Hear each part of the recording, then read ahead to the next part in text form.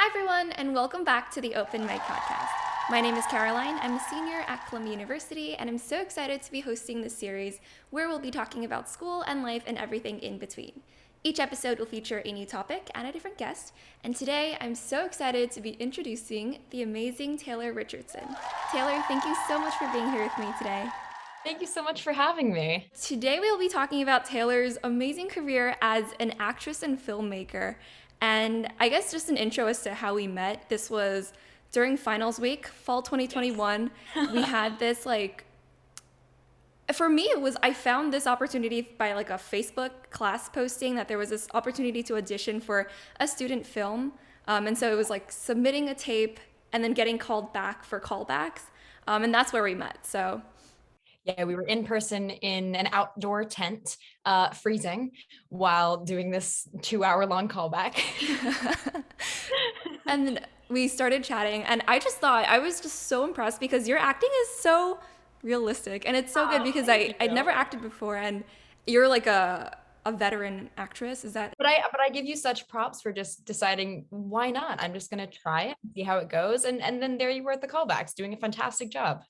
Thank you so much, Taylor. And afterwards, I was like looking Taylor up on Instagram and followed her. And then I saw that you were literally on HBO. Is that right? That is correct. Do you want to tell us a little bit more about that and how that came to be? Sure, yeah. Well, my name is Taylor Richardson. I am an actor and filmmaker, and I have been acting since a young age. But I guess to skip ahead to the HBO thing, I auditioned for this show called The Gilded through HBO about, gosh, 2 years ago now. It was 2019, and I auditioned for a role. It was originally supposed to be for a Swedish character, and I said, "Well, I can't do a Swedish accent, so I'm going to do an Irish accent and hope for the best."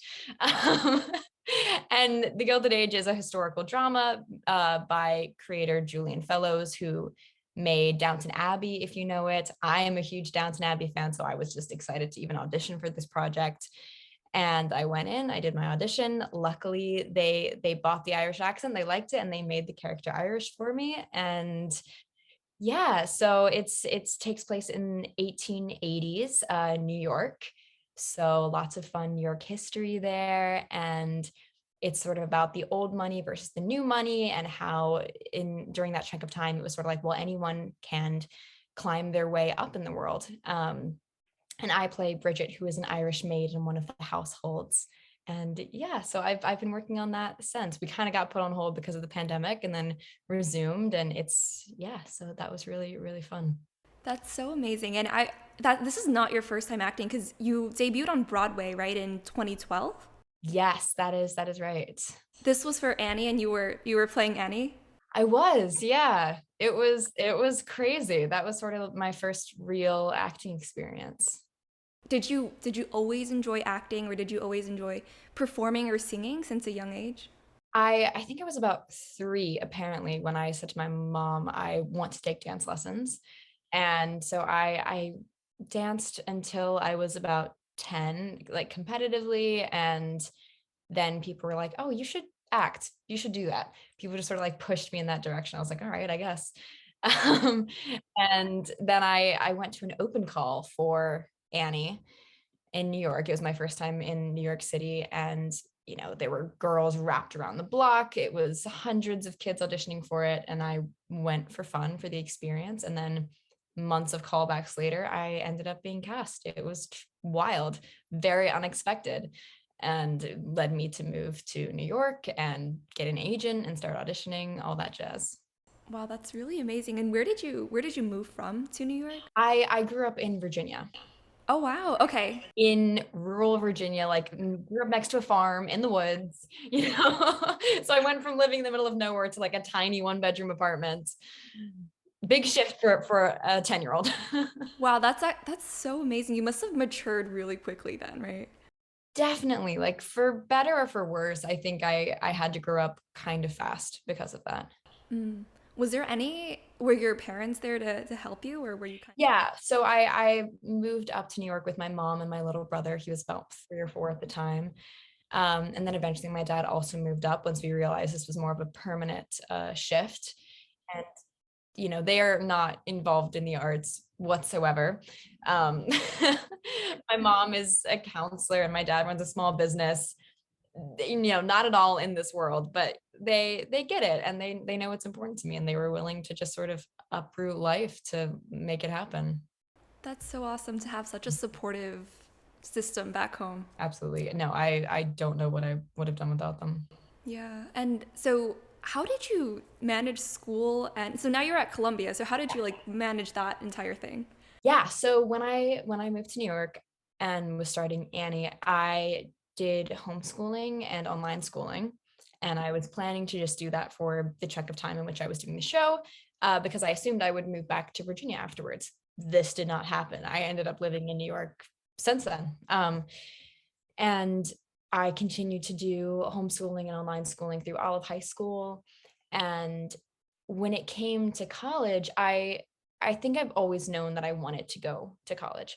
I love learning, and it felt like something that was just, it had to happen. Now, I had a lot of people say to me, you don't really need to go to school to be in the profession that you're in. You can just you're already in the workforce. You're already you've got a foot in the door. Um, and that was definitely something I considered because I was like, I don't want to waste my time for sure, or just do something unnecessary that'll set me back. But I ultimately I knew that I wanted to go, so I applied. I am a student through the School of General Studies at Columbia, which is, if you don't know, for atypical students, and it ended up being the perfect fit because I can be part-time. They understand that I don't have all the typical grades or a GPA to show for from high school because that just wasn't my experience. Um, and once I graduated high school in 2019, graduated high school, I'll say with quotation marks. But I did, I took my passing tests and everything. And then I took 2 gap years where I was working and I got really into filmmaking in that chunk of time. And like during my senior year, I figured out that that was really the thing that I loved. And then when I felt ready, I was like, all right, time to apply. Might as well. And I was shocked that I got in, but here we are. That's so amazing. I mean, you were on Broadway, so I'm sure that gave you a I leg. was like, I don't know if an Ivy League cares that I've been on Broadway. I don't know. So funny. Yeah. So are you doing full-time studies now? Yeah, I'm currently full time. I foresee that I will probably have to be part time at some point. So I know that my time at Columbia is probably going to be more than 4 years, but I'm prepared for that. I'm expecting it. Luckily, I was working over the summer on another HBO show actually called The Time Traveler's Wife, and that kind of crossed over with the start of school. And for a chunk of time, that was tough because I would have to, email my professor and be like, "Hi, I've got a bit of a situation here. I cannot come to class. I can't go. I'm sorry. There's nothing I can do about it. You can take it up with HBO." But luckily, everyone was incredibly understanding, and it ended, I think, in September. We finished filming that, so it worked out. But yeah. I was looking up some of your other like movie credits and I came up on Slender Man, Rise, Jack of the Red Hearts, 18 to Party. There is so many. Can you Yeah. tell us a little bit more about those? Sure. So once I finished Annie, that went from 2012 to 2014. I was just in New York. I had agents, and then they were like, all right, time to start going out for film and TV stuff, which was very new to me. Acting was baseline pretty new to me. I'd never been in an acting class. I was just sort of learning on the fly. And yeah, I ended up doing a handful of indie movies and working with a lot of wonderful people. I felt really lucky that I had the opportunity to work with multiple female directors and producers and DPs and writers. Like, I think that really had an impact on me at a young age, just to be like, oh, I see myself in these people. Like, that's totally something that I could pursue and that I'm capable of, which is why representation is so important. But yeah, so Slender Man, which is kind of a running joke at this point, like it's Slender Man. Why was I in the Slender Man movie? I don't know, but it did happen. Vague fever dream memories of that experience, but Well, that's so fun. I mean, this sounds like such an adventure that you've been on for a decade so far. definitely, yeah. It's weird to say that it's been a decade because I think I started when I was about 9 or 10, and I'm 20 now. So Half your life. yeah, half my life. It's really strange. Do you have any advice maybe for people who are up and coming actors or filmmakers on how to manage everything? I well, I think maybe not a flaw, but a challenge I run into is I'm very much a person who wants to have it all. I want to say yes to everything. I want to be doing everything. I don't want to miss out on any opportunities. That can't always be sustainable.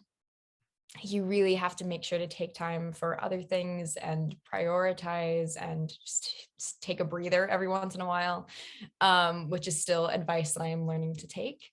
And I think a really important realization for me, actually, having been doing this for so many years, and it's such a part of my identity, really, was figuring out how to separate myself a little bit from my work, because my work is obviously what I love. It is the thing I love most. But at the same time, I have to be okay as an individual without that. So I think learning to put my worth in other places than just my career was really important. Like I mean, and this goes for any career, I feel like, but especially with actors where it's so personal constantly, and the rejection feels very personal. You have to have a good sense of self, and really appreciate other things in life beyond your job. Like it can't be your everything. And that was a hard pill to swallow, I think, when I was around 16, 17. I had to learn that. And I'm so much the better for it, but it's not easy. It's not easy to remember that. That's so important. And I was going to ask, like, following up on your point that rejection feels very personal, how do you develop, I don't know, what's it called, like thick skin? Or how do you develop the resistance to that? I think, I mean, it's like you'll go out for 20 auditions and you'll hear back from one of them. Based a lot of times it isn't even a rejection. It's just you never hear anything. Um, and I think you have to go into the room, do what you can, and then let it go. Forget about it if you can, pretty much. Which is tough, and I mean, it's taken me years to just get used to that habit of doing the work and letting it go. And because at a certain point it is out of your control. You can be really prepared, you can be really talented, you can be really dedicated, and yet you're still not right for something. And I think a lot of it is learning to not take it personally either. It could be because you've got the wrong hair color, because you're the wrong height, for any number of reasons. You might end up not being cast in a role, and you've just got to accept it and be like, all right, when the right thing comes along, the right thing comes along, and that will happen. So I love that your HBO show casted you and actually changed the expectation for Yeah. the accent for you then. I also showed up and I think I was a redhead and I did an Irish accent. They were like, oh, easy, makes sense. That works. Also, historically, it did make sense because there were a lot of Irish servants in households during that chunk of time. Do you have any pre-show rituals that you do or pre-filming rituals? I know, like High School Musical with the Sharpay, like the ma ma ma.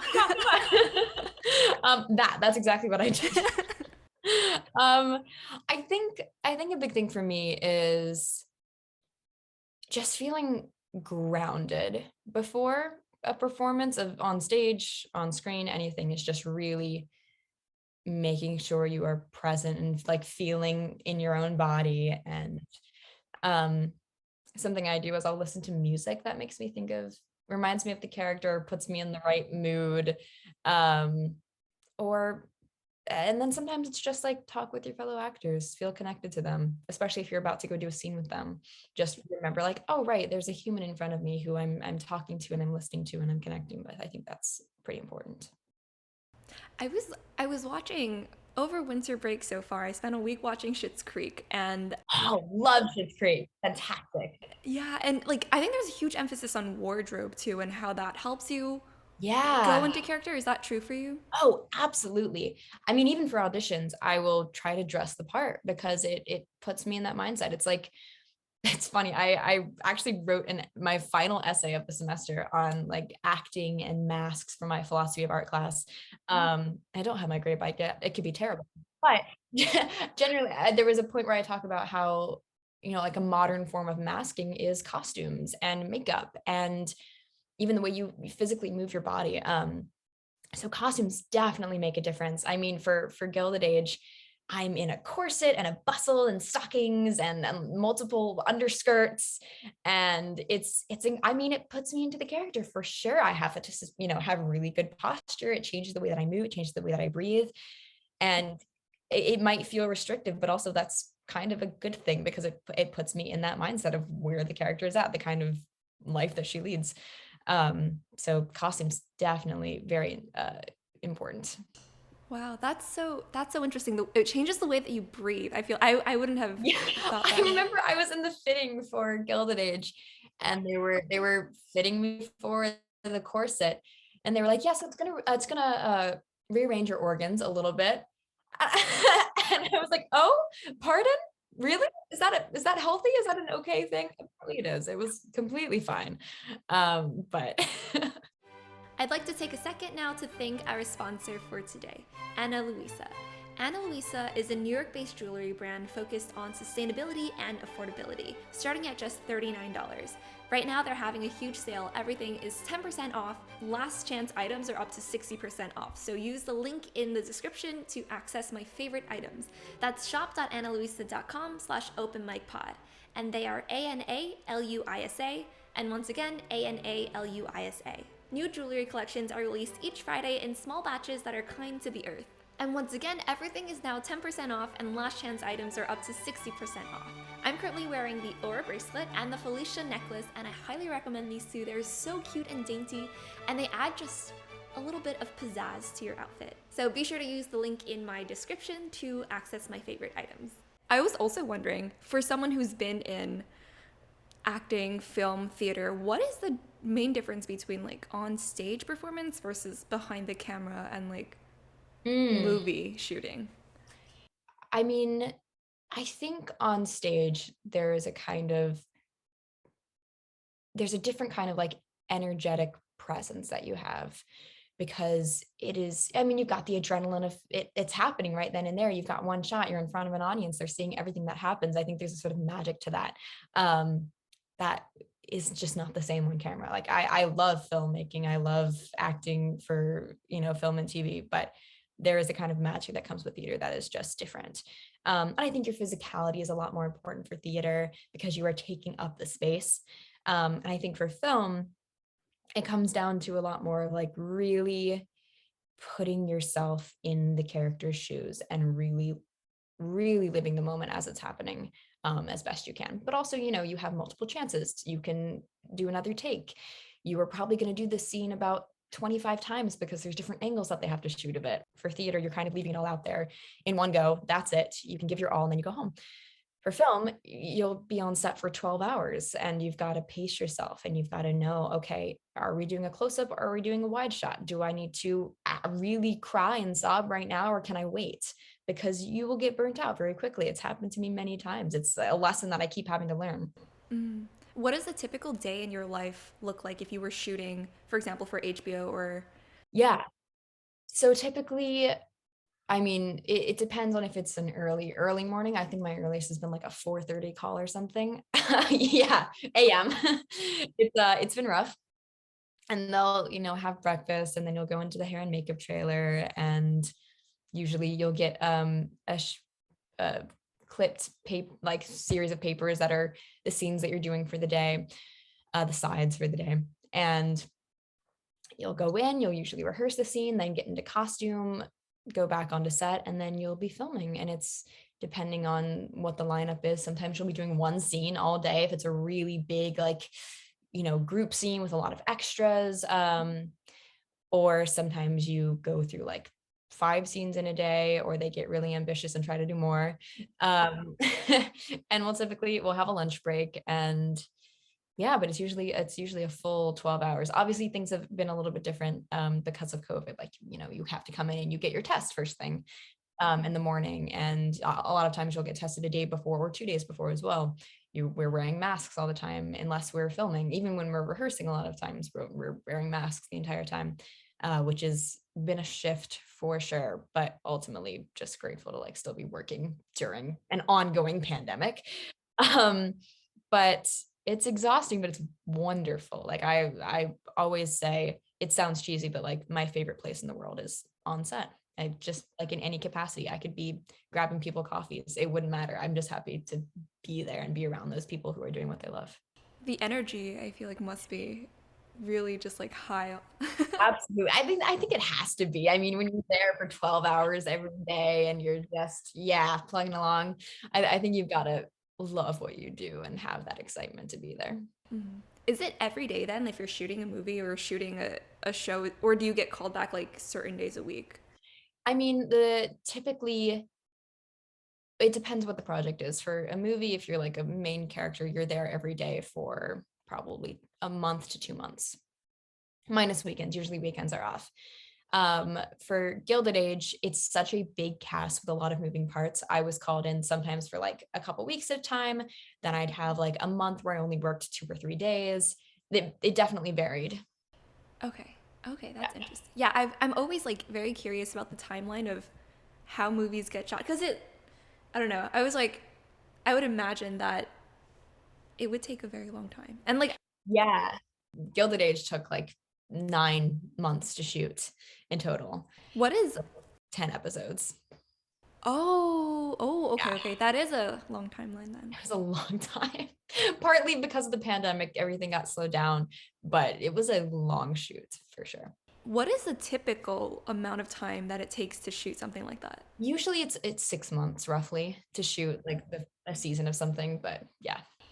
So do you, when you're like memorizing lines or just in general when you're memorizing lines, do you go day by day and like scene by scene? Because it's a lot to remember, right? Yeah, I think typically once I get this full script for something, I will start going through it, start marking it up, adding little footnotes for myself. And I just have a skill for memorization, so I can learn pretty quickly.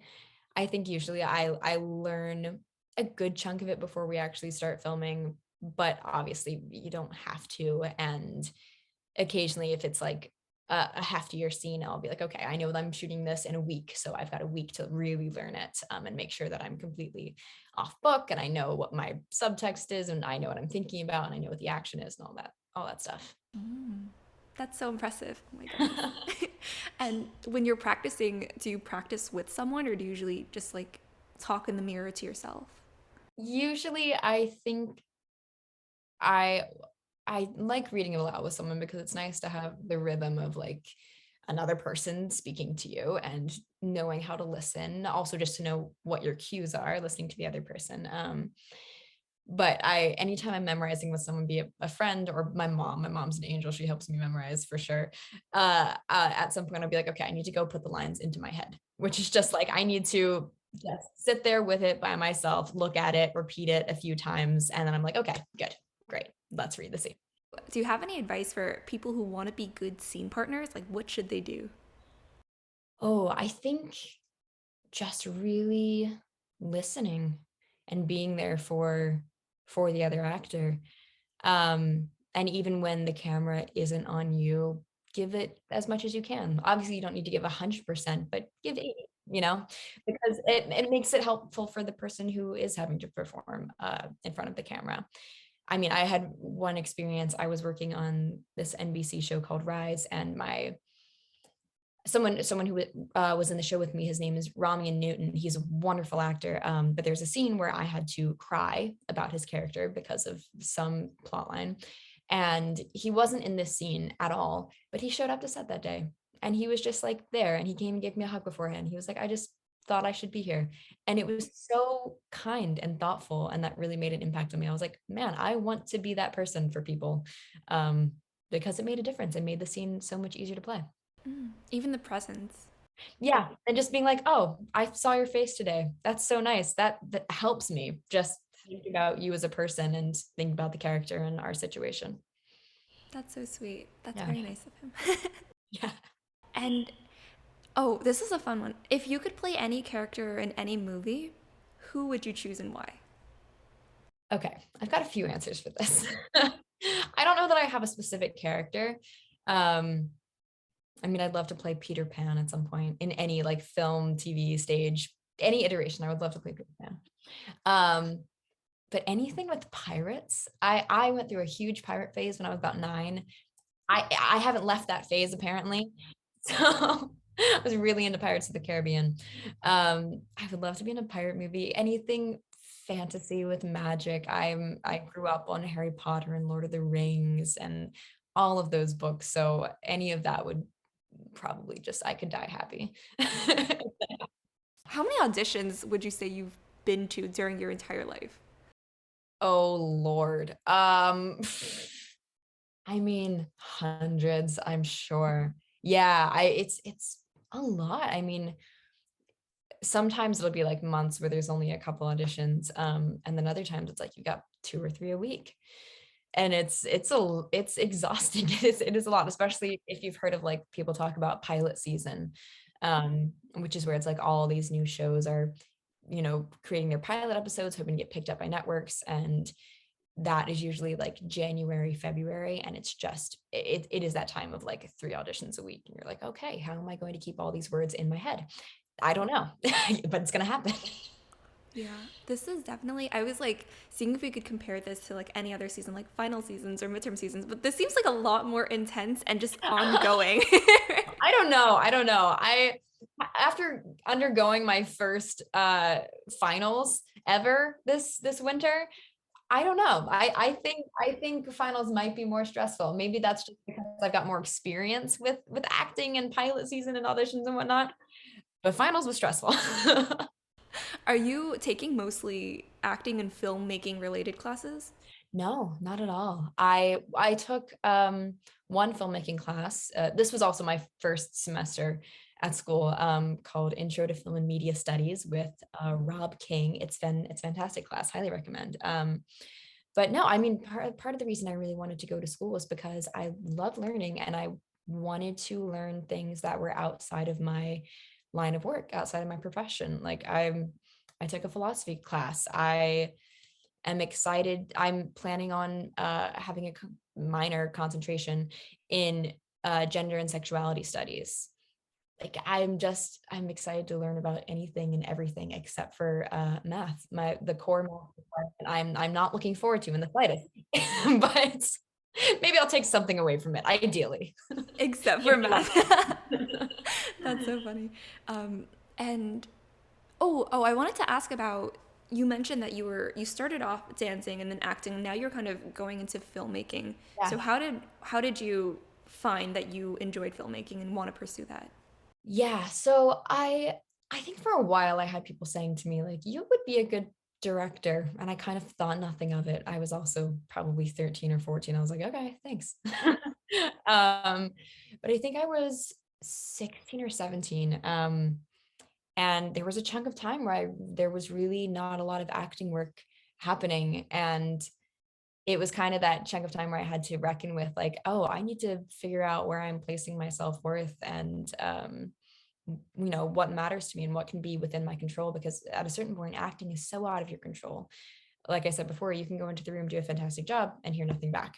um, and I think I wanted something that I had control over, and that to be the captain of my own ship a little bit.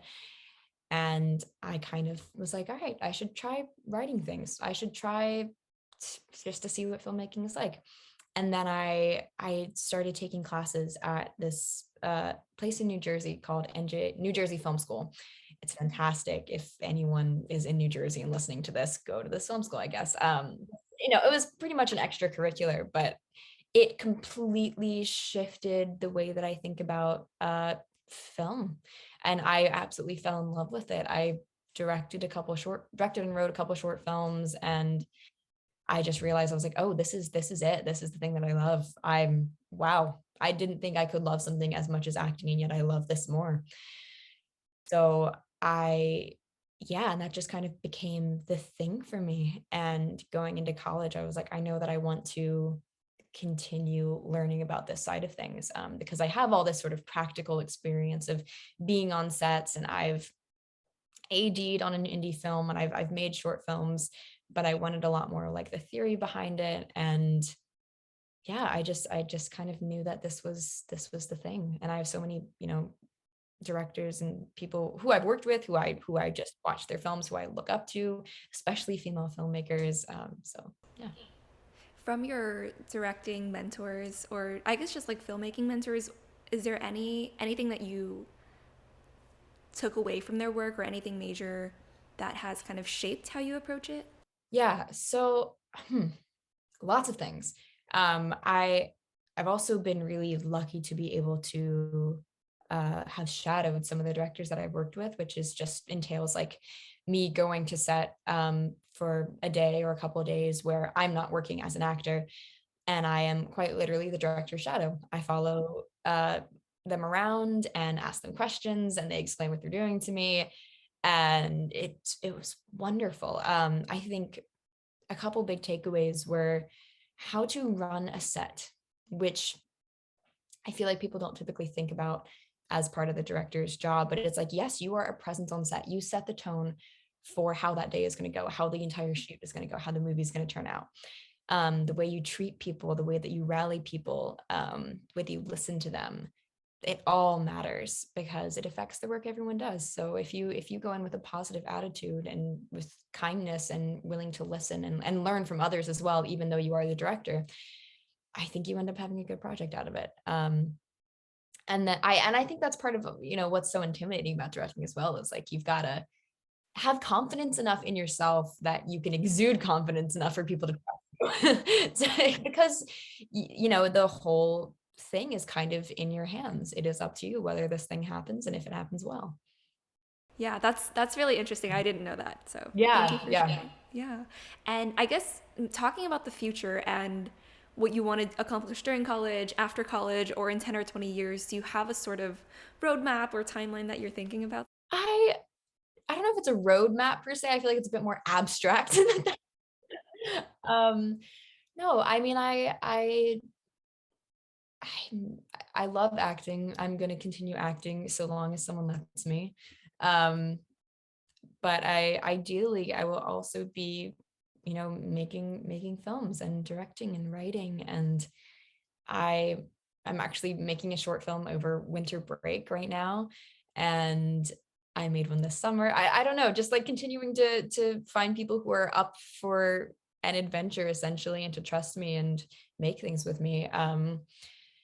I mean, I've got a documentary I want to make while I'm at school. I've got a script that I'm attached to as a director, and I've got to try to pitch it to people who will give money to get it funded.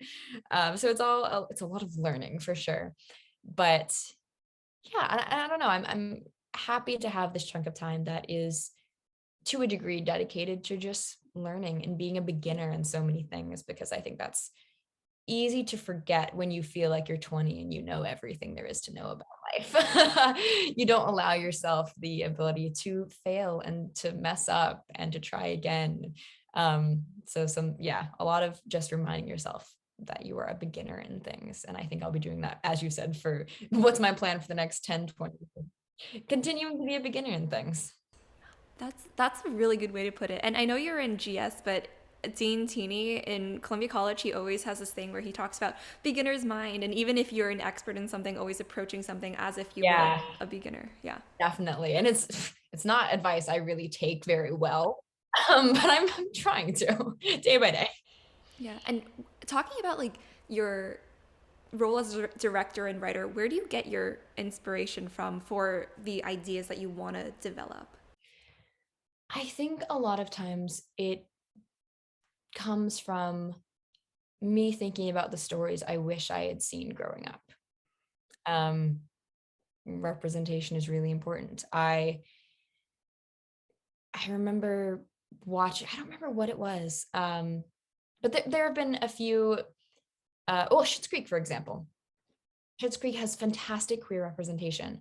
I'm a queer person, so seeing that, the way that they portray those characters, not to spoil anything, but I mean, I cried watching this show. It's Schitt's Creek. Why did I sob at Schitt's Creek? Because it was really important. I'd never seen anything like that on TV before. And there are so many things where I'm like, man, I wish I had seen this when I was a kid, or I wish I knew that this was okay, or that this was normal. And so I really would love to be that for other people. And I mean, I have a little brother. I want him to grow up seeing positive representation, no matter what he, decides to do with his life, or who he is, or what his identity is. But I just, yeah, I a lot of times I wish I had grown up with more of that, because I think it would have made a huge difference and impact. And it does. I see it making an impact with young people, or it makes an impact with older people. It doesn't really matter where you're at, but seeing stories that reflect you on screen, they really matter, because life imitates art and art imitates life. It goes both ways. I think that's a really great and positive note to end our conversation for today. And before we head off, do you have anything you want to plug or share or promote? Sure. Well, Gilded Age is coming out on HBO on January 24th. And it's 10 episodes, so it'll be a weekly thing. I believe it's coming out on HBO Max. So yeah, you can watch that. And then another HBO show called The Time Traveler's Wife, which I'm in a few episodes of, is coming out sometime in the spring of 2022. I don't have a date for that yet, but it is happening. That's awesome. All your hard work is culminating into a Yeah, it's wild. I'm excited to see it. I'm really proud of everyone involved. yeah. Thank you so much, Taylor, for being here today. And Thank you for having me. This is delightful. yeah, I was really excited for this episode because I don't know too much about the filmmaking or acting industry, and it just has always been a very fun and fun and like, I don't know, entertainment industry. So it's nice to like learn more about what it takes to be an actress and a filmmaker. And yeah. Yeah, thank you to our viewers too. If you're watching this on YouTube, make sure to hit the thumbs up and comment and subscribe. And if you're listening to this on any other podcast streaming platform, make sure to follow and hit the thumbs up if you can. And Happy New Year, everyone. This is going to be our last episode of 2021, which is kind of insane to say. Crazy. But yeah, wishing everyone a happy new year, healthy 2022. Okay, great. Oh, I forgot. We do this thing. Okay, I'm really bad at this. I don't even know if I will edit this part in, but we do this thing where we end each Zoom episode with a high five to the camera. So well, we've got to do it. Okay, ready? 3, 2, 1. Boom. Okay, perfect. Perfect. Thank you again, and see you next year. Thank you so much. This is so fun. You have great questions, great thoughts. This was lovely. I feel like I want to do the opposite for you, because I want to hear about everything that you do, but I don't think I'm as interesting as you are. No, I am so bored with the acting thing. I want to learn about everything else. That's so funny. And don't forget to check out Ana Luisa's 10% off sale and up to 60% off last chance items using my link in the description below. And we'll see you in the next episode. Bye. Bye.